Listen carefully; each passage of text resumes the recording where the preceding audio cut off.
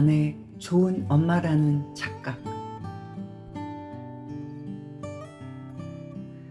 책 읽는 저와 남편 곁에서 아이들은 빈둥거리거나 만화책을 봅니다.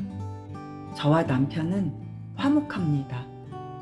아이들을 윽박지르지 않고 잘 키우고 싶은데 어떤 마음으로 대하면 좋을까요? 아이가 공부는 안 하고 만화책만 봐서 화가 나고 속상하다는 얘기예요. 공부를 안 하고 만화책만 본다고 야단칠 일은 아닙니다. 이럴 땐 대화로 풀어야 해요. 아이는 지금 당장 즐겁고 재미있는 것만 보지 미래를 내다보지는 못합니다. 그러니까 아이와 대화하면서 설명을 해주는 것이 좋습니다.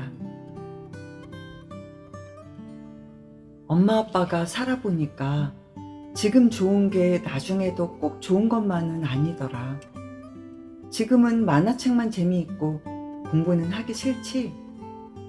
그런데 맛있다고 많이 먹으면 나중에 배 아프듯이 만화책만 치중해서 보면 나중에는 사고의 폭이 좁아질 수도 있어. 부모는 경험을 해봤으니까 알지만 아이는 미래가 안 보이니까 알 수가 없잖아요. 부모가 공부 안 한다고 야단치면 강요당하는 느낌이 들어서 공부가 점점 싫어지는 거예요. 이 문제는 대화를 통해서 풀 일이지 야단칠 일은 아니에요. 그리고 부부간에 화목하다고 자신있게 말하는데 그것은 착각일 수 있습니다. 부부지간에 아무리 사이가 좋다 해도 약간의 상처나 갈등은 있게 마련이에요. 그런데 우리 부부는 사이가 좋아요. 이렇게 본인이 답을 내놨어요. 우리 부부는 사이가 좋다. 아빠도 어릴 때 공부를 잘했고 나도 어릴 때 공부를 잘했다. 그러니까 부모는 문제가 없는데 아이들은 대체 왜 그런 거냐? 라는 뜻이에요. 이 엄마 이야기를 들으니까 미국에서 깨달음의 장을 열었을 때 참가한 부인이 생각납니다. 그 부인은 결혼 생활 17년째가 된다는데 수련하러 오자마자 집안 걱정만 하는 거예요. 부인이 없어도 사는데 아무 지장이 없어요. 오히려 부인이 없으면 좋아할지도 모릅니다. 스님이 모르셔서 그렇지 우리 남편은 저 없으면 못 살아요. 그러면서 남편이 자신에게 얼마나 의지하는지 이야기하는 겁니다. 제가 없으면 우리 남편은 옷도 못 입어요. 아침에 양말도 제가 신겨주고 와이셔츠도 입혀주고 넥타이도 매줍니다. 그래서 남편은 아침 먹고 속옷만 입고 앉아 있어요. 그럼 제가 설거지 해놓고 다 입혀주면 그제야 나갈 정도입니다. 그래도 저는 남편에게 잔소리라고는 해본 적이 없어요. 그런데 그 남편이 부인을 수련장에 데려다주고 돌아가기 전에 저를 보자고 하더니 이렇게 말하는 겁니다. 스님, 여기 며칠 있으면 인간이 됩니까? 부인의 이야기와 완전히 반대되는 말이잖아요. 아내가 정말 달라졌으면 좋겠다는 생각으로 수련장까지 데려다 준 거예요. 그런데 부인은 수련 내내 자신은 착한 사람이라는 생각에 사로잡혀서 자기 벽을 깨지 못했어요. 5일간 자신을 돌아보면서 자기 벽을 넘어야 하는데 한 단계도 넘지를 못한 거예요.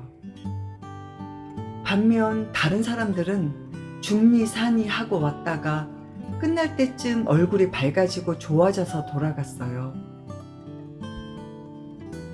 그 모습을 보더니 그 부인도 좀 다른 생각이 들었던 모양이에요. 그동안 자기는 아무 문제가 없다고 계속 주장했는데 다른 사람은 다 전보다 좋아진 반면 자기는 변화가 없으니까 스스로 생각해도 뭔가 문제가 있나 싶었나 봅니다. 스님, 제가 고집이 좀 세죠?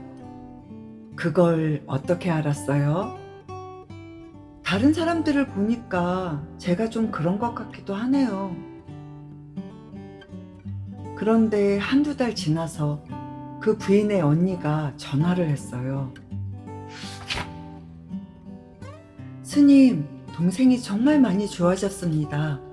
어떻게 하셨기에 동생이 저렇게 변할 수 있었나요? 부인이 집에 가서 많이 바뀌니까 남편도 좋아하면서 그 다음 수련에 참석했어요.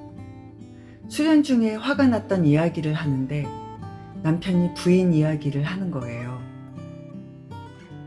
저는 옷을 수수하게 아무거나 입고 다니는 걸 좋아합니다. 그런데 아내는 너무 까다로워요. 양복, 와이셔츠, 넥타이까지 맞춰 입어야 한다고 고집을 부립니다. 양말 구두까지 간섭해요.